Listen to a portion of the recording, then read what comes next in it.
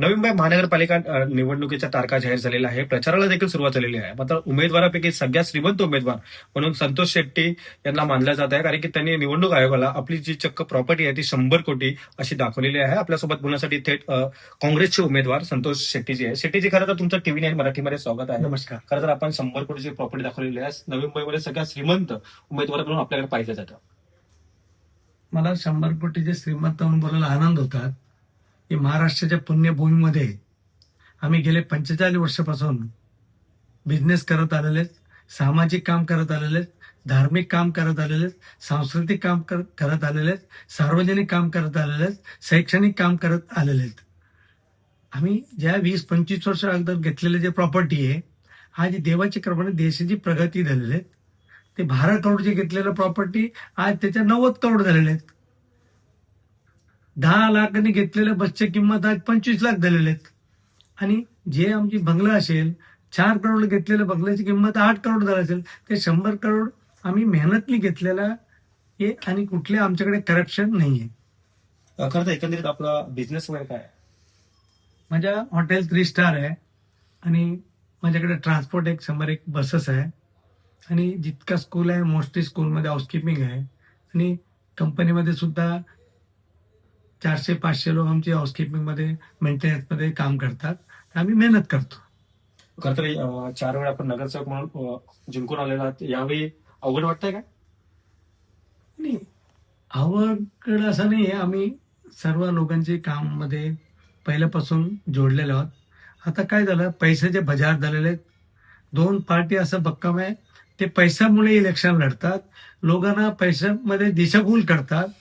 ते कशासाठी करतात ते माहित नाही. तो आला सर्वांना जग जाहीर आहे. बीजेपी काय करतात, दुसरं जे गट आहे शिवसेना असेल, फक्त पैशामध्ये लोकांना अप्रोच करतात. आम्ही तुम्हाला इतका पैसा देऊ, आमचे पक्षात या, इतका पैसा देऊ, आमचे पक्षात या. आता पैशाचे बाजार झालेले आहेत.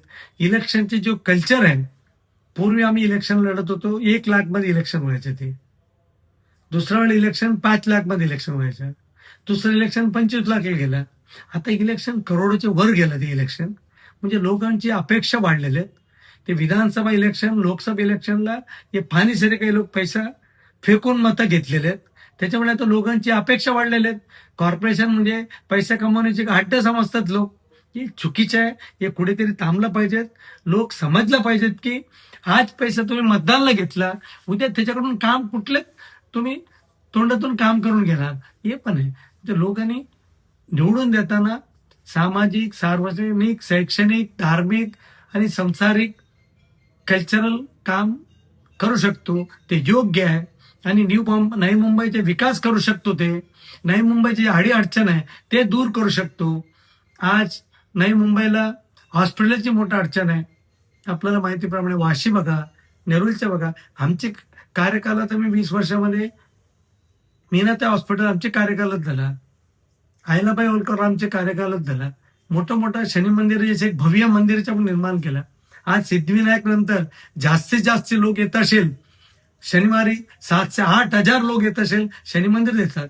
आम्ही धार्मिक कामामध्ये सुद्धा आम्ही काम नक्कीच या निवडणुकीने आपलं विजन काय असणार आहे? जाहीरनामा आपण प्रसिद्ध केलेला आहे. नक्की कुठल्या अनुषंगाने लोकांनी आपल्याला निवडून द्यावं? बघा, लोक समजतात कोण योग्य आहे, कोण लोकांचे काम करू शकतो म्हणून. आम्ही पहिला मुद्दा बोलला की नवी मुंबईला मोठे एक जनरल हॉस्पिटल होणं गरजेचं आहे. आज हार्ट पेशंट कोणी जातात, आमच्याकडे कुठल्याही सुविधा नाहीये. आणि काय किडनीचे प्रॉब्लेम होतात, त्याच्यासाठी कुठल्याही सुविधा नाहीये. आज कॅन्सरचे प्रमाण देशभर वाढलेले आहेत, त्यासाठी कुठल्याही महापालिकेत सुविधा नाहीये. फक्त टीबी म्हणतात. टीबीच्या आमचे आता 0.1% झालेले आहेत. आपल्याला महत्व कुठलं आहे? आज हार्टचे प्रमाण, हार्ट अटॅकचे प्रमाण वाढलेले आहेत, कॅन्सरचे प्रमाण वाढलेले आहेत. एक फॅमिलीमध्ये एक कॅन्सर पेशंट आहे. येणाऱ्या काळामध्ये घराघरामध्ये कॅन्सर होण्याची शक्यता आहे. असं वातावरण आहे. त्यासाठी मोठे कॅन्सर हॉस्पिटल आणि हार्ट हॉस्पिटल होणं गरज आहे. आणि लोकांची काय दुसऱ्याची आडी अडचण असतो, बाकी गार्डन वगैरे वगैरे आपण भरपूर या सिडकोने बनवून दिलेले, आपण त्याचे मेंटेन करतो फक्त. नक्कीच धन्यवाद. खरं तर हे होते काँग्रेसचे सगळ्यात श्रीमंत उमेदवार संतोष शेट्टी. यांचं असं देखील म्हणणं आहे की मी जी संपत्ती कमवलेली ती माझ्या कष्टाने कमवलेली आहे व मी करप्शन आणि भ्रष्टाचारून कमवलेली संपत्ती नाही असं विधान त्यांनी केलेलं आहे. व्हिडिओ जर्नलिस्ट राजनसह मी रवी खरात, TV9 मराठी, नेरूळ, नवी मुंबई.